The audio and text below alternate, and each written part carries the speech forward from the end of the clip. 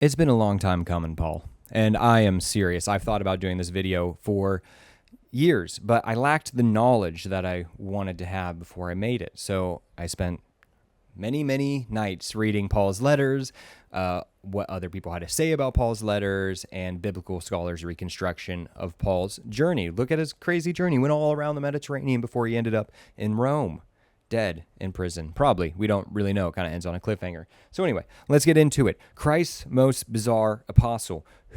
What was he? He tried to destroy Christianity before he converted. So Jesus picked an interesting apostle here. He was a true Hebrew of Hebrews. He even brags about it. He's like, I'm from the tribe of Benjamin. I was circumcised on the 8th day or whatever. So a real Hebrew, not technically a Jew because he was born in Tarsus, so not in Judea. He was actually born kind of in Asia, and he was trained as a Pharisee.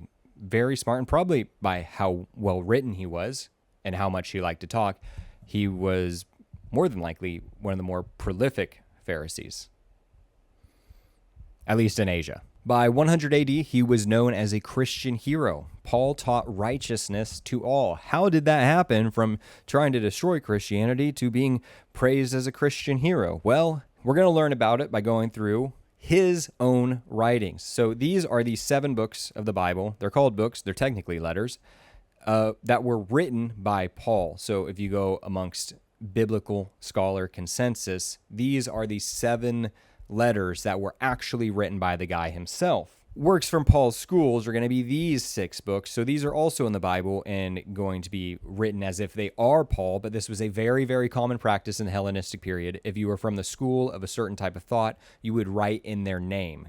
A lot of Greek philosophy schools did this. A lot of like Plato's writings were not from him, but from his school. Same thing here with Paul. So we don't really care about these because it's not from, I'm trying to learn who this guy was, not what other people were saying about him after he was dead and considered a hero, because it kind of changes the narrative. You know what I mean? What made Paul so Christian? Because he's seen as the person who primarily speaks to the Gentiles. So Gentiles are just non-Jewish because, Christian divide came from Jews. So Gentiles were non-Jewish. I guess in Harry Potter, you have, mudbloods. So that's what Gentiles would be.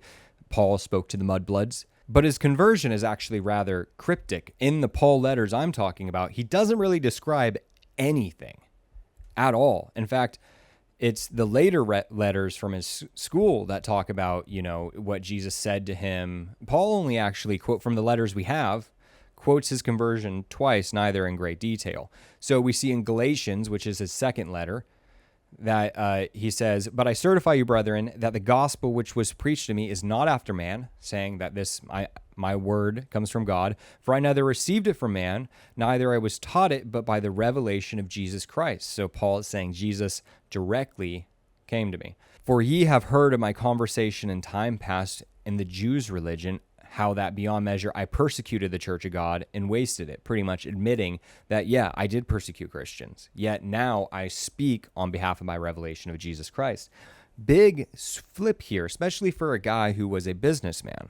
And the only other time that Paul talks about his conversion into Jesus is in 2 Corinthians 12, 2-4, where he says, he's talking in the third person because he doesn't want to come off like a braggart. He's saying, I knew a man, but he's talking about himself. "I knew a man in Christ about 14 years ago who was caught up into the third heaven." What is the third heaven? Kind of a strange way to just say heaven, kind of implying there's multiple. "And I knew such a man, how that he was caught up into paradise and heard unspeakable words, which it is not lawful for a man to utter." Basically, Paul is saying here that I, low-key, was caught up into heaven and told all these wonderful secrets that I can't tell you. This is all that Paul talks about his conversion, and honestly, he doesn't even talk about Jesus that much. He never even mentions Mary or any of the origins. He's mostly just concerned with the resurrection of how Jesus died, and now the resurrection meant that Gentiles could be a part of the kingdom. His Christology is actually not that complicated, and his views on how he acquired it are extremely vague, essentially saying, I can't tell you. Now, Later on, the Pauline schools will have a much more detailed story of all this, but like I said, did not come from Paul. Let's dig back into it, and let's go through each letter of what Paul wrote, why he was writing it in the context of what it was about. Here is the first letter, 1 Thessalonians. 2 Thessalonians was not written by Paul. And this one's actually a pretty chill letter. He's happy with how everything's going. However, he hears that some of his first Gentile converts in Thessalonica, which is this Greek port city controlled by the Romans at the time, they're starting to have doubts. The reason they're having doubts is because they're concerned since Paul promised them their ascension when Jesus returned. However, some of them have died. So they start questioning the people that were believers in Jesus. They have now died before Jesus could return.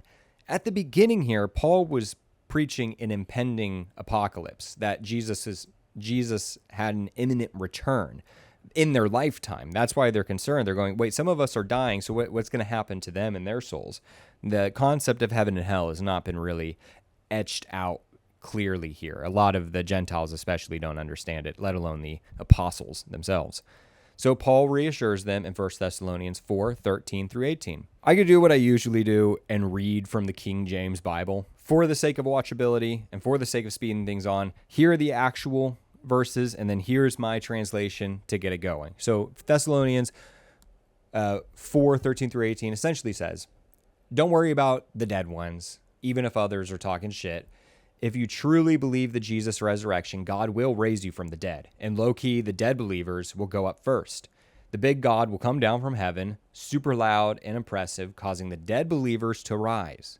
Then all of us alive believers will go up too. We will all meet God and be with him forever. There, now do better. Quit having doubts from all the haters in your head. And we never really hear if it goes well or not. I'm assuming, just like the rest of what Paul did, it didn't. Moving on to Galatians, which is actually fascinating because he's partially here pissed about astrology. That's right up our home court here, which is like, what is Paul doing in the field of astrology? Well, let's find out. Well, he's super mad in this one because there's no thanksgiving in the beginning. At the beginning of all of Paul's letters, he always has this thanksgiving. That's just like this paragraph of him going, my brothers in Christ, how we love you and love God and mushy, mushy, gushy, gushy, stuff like that. So the whole letter in Galatians, he stays pissed because his church there has been overtaken. Remember, he starts churches, and now someone has taken over that church. Another group came in and started preaching a different gospel. That's what he states. It's a different gospel. So these are actually Jewish Christians, from what we can assume, that have taken over Paul's church. So there wasn't just one sect of Jewish Christian here at the time. There was actually a competing class of them. What Paul has to say about him is pretty angry. In Galatians 1:6, he states, I am astonished that you are so quickly deserting the one who called you to live in the grace of Christ and are turning to a different gospel. Then later in 5:12, he really states his anger and goes, as for those agitators, I wish they would go the whole way and emasculate themselves.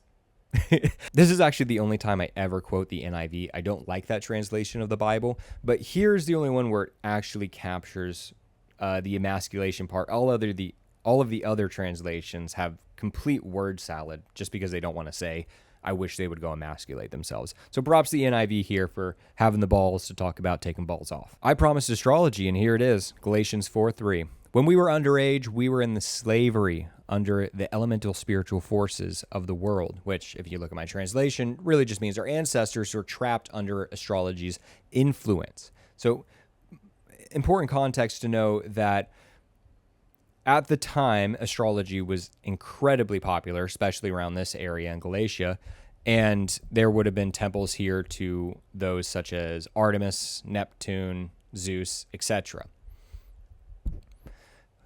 Paul and a lot of other Jewish, Christian, Hellenistic thinkers at the time would have seen astrology as essentially slavery because there is no freedom to that. If you're just born with like a Mercury square Jupiter, your life's just fucked. However, if you go to the kingdom of God or you submit to Yahweh, he can give you riches on this world now. That was the whole point. There really wasn't a heaven before that. That kind of the whole heaven concept is still working its way up in Christology at this point. Then we see Paul go a little bit more into astrology when he talks about Galatians 4:8-11. Formerly, when you did not know God, you were slaves to those who by nature are not gods.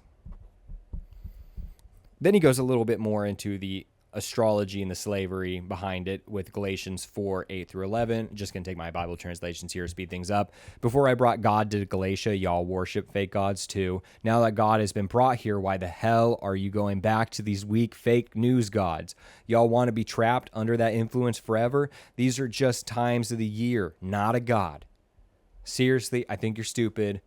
SMH. All right, buckle up, because now we're about knee-deep in Pauline literature, and we're going into Corinthians, which 1st and 2nd Corinthians showcase a lot of who Paul was. Up until this point, he was kind of just like an Armageddon preacher, starting churches, getting funds from them, supporting himself, and talking about the imminent return of Christ. However, now it's been about 6 years, and there's no return of Christ, so we kind of have to mature this religious ideology a little bit more and enforce rules so that people stay in line for however long it takes for Paul to collect as much money. I don't know.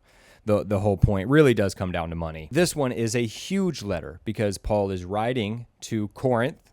It's another town in Greece. It's on the southern end, right, kind of close to Athens. And Paul wants to tell them how to live and all the things they've been doing wrong. So he is pissed about false baptisms. There are baptisms under names other than Jesus Christ, like Apollos, Paul himself, and Peter. Corinthians think Paul won't return, so he came there to found the church and take the tithings from it, but they're worried that he will not return. He's pissed about incest in the church. He's pissed about brothels in the town. He's pissed about sex in general. He's pissed about eating with pagans. He's pissed about how women dress. He's pissed about speaking in tongues. And he's pissed about some people don't believe in the resurrection, which that's actually the biggest one to him. You got to believe in the resurrection. Side note, Corinth was an infamous port town, so not necessarily the most holy of places to begin with. And Athens actually had the slang Corinthi asthai, which meant to fornicate. So the town's name was literally a euphemism for sex. And a great place to start a church, as we'll see, Paul, how this all turns out. So if you want to know where these verses come from and what he's pissed about, here are the specifics and where it's quoted from. I will just give you my translations, not just over the specific verses, but sometimes like over chapter 5, it's all about incest in the church. So here we go to speed it along. So about false baptism, Paul goes, quit baptizing under Paul, Apollos, and Peter. Everyone is baptized under Christ. Got it. Corinthians think Paul won't return. Paul goes, I will 100% come back to Corinth. I didn't just start a new church and leave. That'd be rude. He's pissed about incest. He says, okay, that dude that's sleeping with his stepmom, you got to get rid of him. He's no good. He's pissed about brothels, and he's telling all these people, you cannot sleep with prostitutes. Your body is a temple. And the Christians don't do that. He's pissed about sex in general. All sex is bad, in his opinion. If you really can't help yourself, then straight marriage stuff only. He's pissed about eating with pagans. He says it's kind of like a don't ask, don't tell situation because pretty much all food was sacrificed. Not everything was sacrificed. They would just like kill the animals as sacrifice to Zeus, Neptune, whatever, and then eat it. So Paul says it's kind of don't ask, don't tell. If you don't know that the food has been sacrificed to another god, it's chill to eat with other people. But if they tell you that, if you learn that your food has been sacrificed to Poseidon or some shit, you should probably not eat it. Think about the other people. He's pissed about how women dress. Icky women should be silent in church and cover their head. That's another big one for Paul, and people quote that one a lot. And then he's pissed about speaking in tongues. He's actually not too against speaking in tongues in general. Speaking in tongues is fine, but it's the lowest form of speaking to God or speaking through God. And if you do tongues, you should pray for the power to interpret your messages, not just merely speak in tongues and go, that was all I needed from that. Finally, he's pissed about people not believing the resurrections, and he states clearly, Paul goes, Christ died for us, yo. So if he didn't, then all of us are stupid, and everyone who died believing in him they're just dead now. So this has to work out. So how did that all go? Not super great. This is probably one of the most quoted books in the Bible, 2 Corinthians, but it's kind of Paul losing his mind because Paul was embarrassed twice, technically, when he returned back to Corinth, because he said, I would go back there. And the church started falling to an entire another sect of Judeo-Christians. We're just going to take 3 verses to kind of sum up this entire book, because you can pretty much see how it's going here. If you've ever been in a toxic relationship, you're going to understand the mood of this all. So in 2 Corinthians 2:4, he goes, "For out of much affliction and anguish of heart I wrote unto you with many tears, not that ye should be grieved, but that ye might know the love which I have more abundantly for you." It's pretty much stating, I didn't write to you to be mean to you. I wrote to you because I love you so much. And like when you see all that emotion and tears and stuff coming out of me, that's not me being mad at you. That's me loving you so much. And that turns into, just a little bit down the letter in 7:4, "I have great confidence in you. I have great pride in you. I am filled with comfort. With all of our affliction, I am overjoyed." Essentially going, we grew through this. I know that this was a test for us, but we got through it and we're stronger because of it. Yeah. So if you've ever been in a toxic relationship, you know where this is going, because after the love bombing doesn't work, it turns lowkey into threatening. In 13:10, "Therefore I write these things being absent, lest being present I should use sharpness, according to the power which the Lord hath given me to edification and not to destruction." Essentially saying, yeah, you're lucky I'm writing this letter, because if I was there in real life, these powers the Lord gave to me, they might... So Paul eventually concludes that Corinth is not worth it and just abandons them. There is a 3 Corinthians, but not written by Paul. So Paul just was like, I can't get this port down. Ooh, I should have known that this place that even the Greek people call too saucy shouldn't have been good for a church. Dang it. All right. So after that, he goes to Rome. He writes to Rome. They're already Christians in Rome. They have no reason to listen to Paul, but he's got a case to make why they should. You got to understand, he's trying to fit in with the complicated Jewish Christian situation at the time. It wasn't the cleanest of entrances, we could say, because it was super Gentile, first of all, and all the Jews that were coming in had just returned from an exile. That was the Claudian decree, 49 to 54. After that emperor died, the Jews could come back in and start repopulating. So there were a lot of new ideologies conflicting with each other in Rome at the time, especially very Gentile ideologies. So Paul's really never even been to Rome yet. He will end up going to Rome, but he'll die there. At least we can assume from the cliffhanger. Essentially what Romans is about is Paul needed to expand. He's been losing some ground, and he couldn't find any work in the Levant or Greece. In the Levant, I mean, Paul was competing with James, this Jesus' actual brother, who did not like Paul. And Peter had some things to say about Paul too, where he was like, this is not it, bro. So over in the homeland, gets kicked out. In Greece, he's already lost Thessalonica and Corinth. So we can assume not going well there either. And there, I actually gave the verses where he quotes specifically states this is why. So he sent a letter to the Roman Christians, and he changed a lot of his values in this letter because he needed to fit in with them. He was losing ground everywhere else. Paul had no reason to go to Rome other than his reputation was trashed in Jerusalem. He had his mouth washed out with soap by James, Jesus' brother, saying, I don't like what you're saying. And his churches have been overtaken. So as we see in Romans, here we can even see him talking about the complicated Jewish Christian situation at the time. In Romans 3, 1-4, Lane's Bible translation, is it any good being a Jew?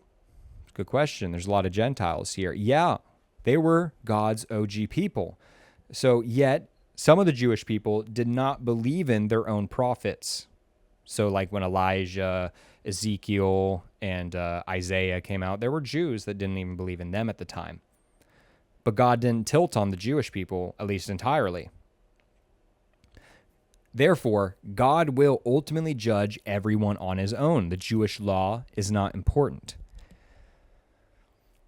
Paul being a true Hebrew of Hebrews and bragging about the fact, especially in 2 Corinthians when he's trying to win Corinth back, you see a switch up here where he's essentially going, it's a free-for-all. You don't need to be Jewish, because even the Jewish people didn't believe and they were not judged harshly. Therefore, the Gentile people can believe and be judged well. It's not a bad argument, but I mean, word's going to get out eventually, dude, that you've been flip-flopping sides. And this is why Paul's quoted a lot. It's not because he has the most specific message to say, but because he has the most varied message. Paul will say a lot of everything, so you can always find something to quote from him that will fit your Christology. Even further talking about the new Gentile importance, because since it's so Gentile in Rome, Paul is going, I got to really appeal to them, because appealing to the Jews is not working. Funny enough, this is kind of what happened to Muhammad when Islam started. But in Romans 11 through 16, in Lade's Bible translation, Paul goes, God is accepting Gentiles now to make his old Jewish boo all jealous. The Jews are not buying this, so there's extra love in Jesus' heart for outsiders because the Jews didn't accept it. If you read John, they were like hissing at him when he went to the cross. I have been called by God to speak to you for this purpose. I'm going to bless y'all to make the Jews understand how right I am and how God is correct, of course. This is all a part of God's mysterious ways. Gentiles are now the fruit of God. Now y'all will be blessed. Paul's argument here is that the Jews are turning away from God at an alarming rate. So now God is allowing, or there's extra love in the air for Gentiles so that they can make the Jews jealous to correct their ways. Oncoming Armageddon, Paul, or we got to go to talk to all the Gentiles to make the Jews jealous. Which one? It doesn't matter. He's a salesman. It's whatever's going to get people to agree so that he can have authority over these churches so that you take money, man. You take money. We can take a break from all the drama here because we actually don't know how that Romans letter worked out because he never ruled over any churches in Rome because he died in prison there. So in the Philippians, in the meantime, positive letter, no serious drama going on. He loves Philippi. It's like you guys are Thessalonica and Corinth, boo, sucks. Philippi is awesome. He's super grateful, and they've been standing firm in the faith. Paul goes, everything's been going well, and here's updates on the gospel, kind of the new Christology and new rules that I'm receiving from Christ again, and also takes just a little bit of cheeky money, And Philippians 4:15 through 18. You can see in Lane's Bible translation, since the beginning, I have never took money. Paul's stating that he's never, which is a lie, because in Corinth, he clearly states that he never asked money from them because he was getting funding from Thessalonica. However, he's telling Philippi, since the beginning, I've never taken money. But y'all kept sending it anyway, not because I want money, but it's because if you send it to me, God will reward you back, that seed money. Your gifts have all been sweet, by the way. God will totally take care of you from now on. And that's it. And we're moving on to the very last letter of Paul, Philemon, which actually is just about a runaway slave named Onesimus, and he's being returned to his owner, Philemon. There were a lot of strict rules at the time about runaway slaves. Onesimus ran away to serve under Paul for ministry purposes, bringing other people to the faith. And Paul here in this letter, it's very short, is either trying to convince Philemon to be nice to Onesimus, or low-key Wayne Meeks in the Norton critical edition of St. Paul's writings makes an argument that he was actually trying to convince Philemon to give Onesimus. Otherwise, this is a short personal letter with no impact on the overall lore whatsoever. And that's all of Paul's letters. That's actually all we got from the guy himself. Now, their arguments on the other letters could be written by Paul, but I find them to be not very convincing. Now, let's take a look especially at the changing apocalypse, because that irritates me a lot. In 50 AD, Paul's telling Thessalonica about the imminence of the return, and he even uses like Essene language, like Dead Sea Scrolls, ye all the children of light and the children of the day, and are going to fight the Prince of Darkness, all of that. That's an Essene Dead Sea Scroll thing. Then, by 56, when he's going to Corinth and freaking out about them, In 1 Corinthians 15:51 through 52, he goes, "Behold, I shew you a mystery. We shall not all sleep, but we shall all be changed. In a moment, in the twinkling of an eye, at the last trump, for the trumpet shall sound, and the dead shall be raised incorruptible, and we shall all be changed." Kind of giving an apocalyptic, like, we're going to be raised from the dead, but it's not imminent. It's just a mystery. It's going to happen in the moment when you least expect it. Then later, Pauline schools, like 2 Thessalonians, which was not written by Paul, 2:2 through 3, is that ye shall not be shaken in mind or troubled, neither by spirit, nor by word, nor by letters, as for us that the day of the Christ is at hand. Let no man deceive you by any means, for that day shall not come, except there come a falling away first. Later Pauline schools understood that Paul did teach an oncoming apocalypse, slightly changed it so that no one would really know the day, and now 2 Thessalonians is saying there has to be a falling away first, essentially saying things have to happen before the apocalypse. There needs to be certain, the temple in Jerusalem, etc., etc. And how would they know this? Well, because it was written decades later after Paul, who would have been alive still during the Second Temple period. And when I was reading through Paul, I kind of in my head, I don't know if any of you understood this. I didn't live through this, but I saw this book because I grew up Mennonite. A lot of them had apocalyptic literature like this. There was this guy named Wisenant. He was he worked for NASA, and he wrote this book, 88 Reasons Why the Rapture Will Be in 1988. Used math, was super smart. Everyone was freaking out. And they're like, yo, this super smart guy figured it out. It's like Paul convincing everyone, yo, he knows that Christ's return is going to happen. It's a hype job. Oh, this is going to be big. And then it goes by and it doesn't happen in 88. So what does Wisenant do? He goes, oh, I forgot the year zero. So like there's an extra year 0 to 01. So Rapture Report 1988, the final shout or whatever, he goes, it's actually going to happen in 89. I made a mistake. It's in 89.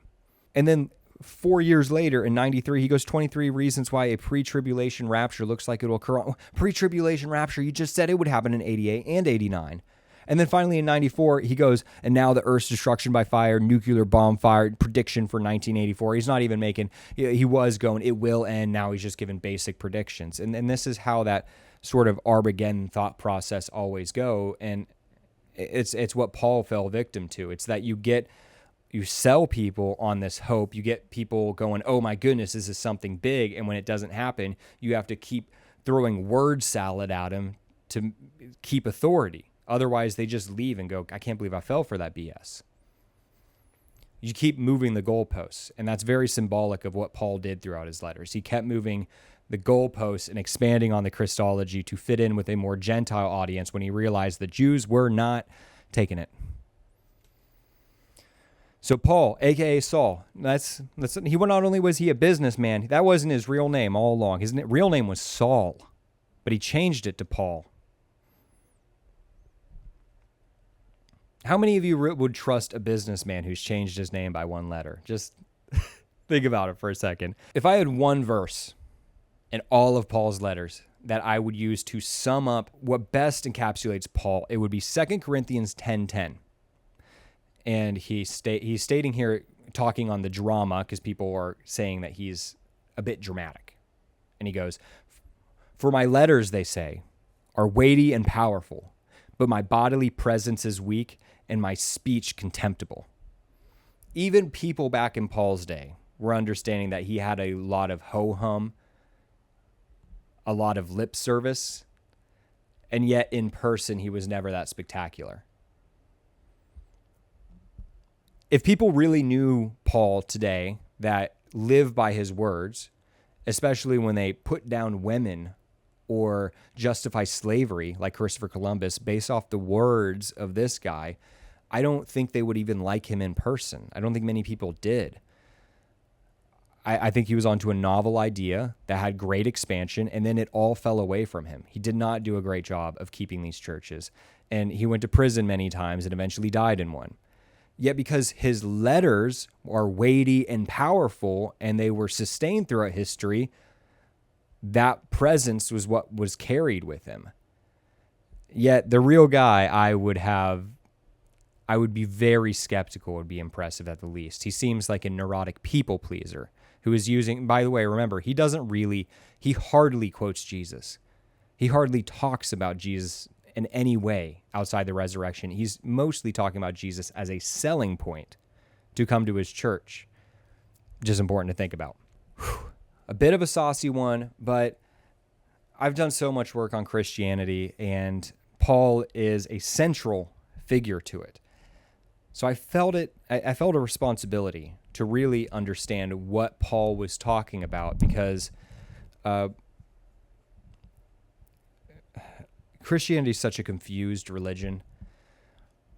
There's so many denominations and so many fractures over a central idea that really all I can take away from Christianity is that the closer I move to the source of it, the more division there is amongst the ideologies. That's why I'm so interested in understanding who Paul was as a person, who the historical Jesus was, who were they as people, because I understand what people have written about them, the myth making that's occurred since their death. But when you read their words and understand the context as to why they were writing them, it changes your perspective a ton. I don't believe Paul was that spiritual of a person at all. I believe he was a really good salesperson.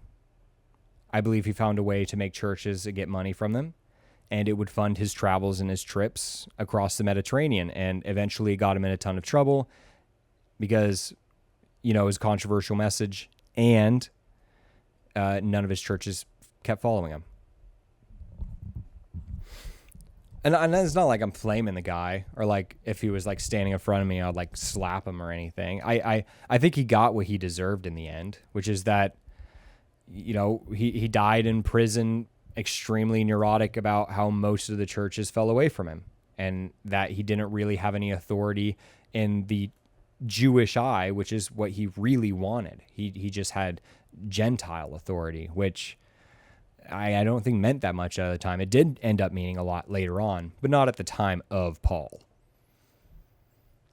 It's just kind of a funny, cruel irony that he has so much authority and command now in Christian literature, yet I don't see any evidence of him ever being able to use that when he was alive. Bit of a Van Gogh situation, kind of blew up a lot after his death. And a ton of lore was made about him, as you can see through the works of the Pauline schools, which I guess I could go over at some point, but I don't know. I'm kind of thinking about going back to astrology. This Christian stuff is just, it gives me such a weird, heavy energy. Like I have to battle this depressive view on life. It's very sad and controlled, which is so strange, because I was reading about Paul. Astrology was seen as a very enslaved mindset. Yet when he's talking about following Jesus, he's like, you have to be a slave to Christ. That's the actual word he uses. They translate it to servant, but the actual Greek is slave, just so you know.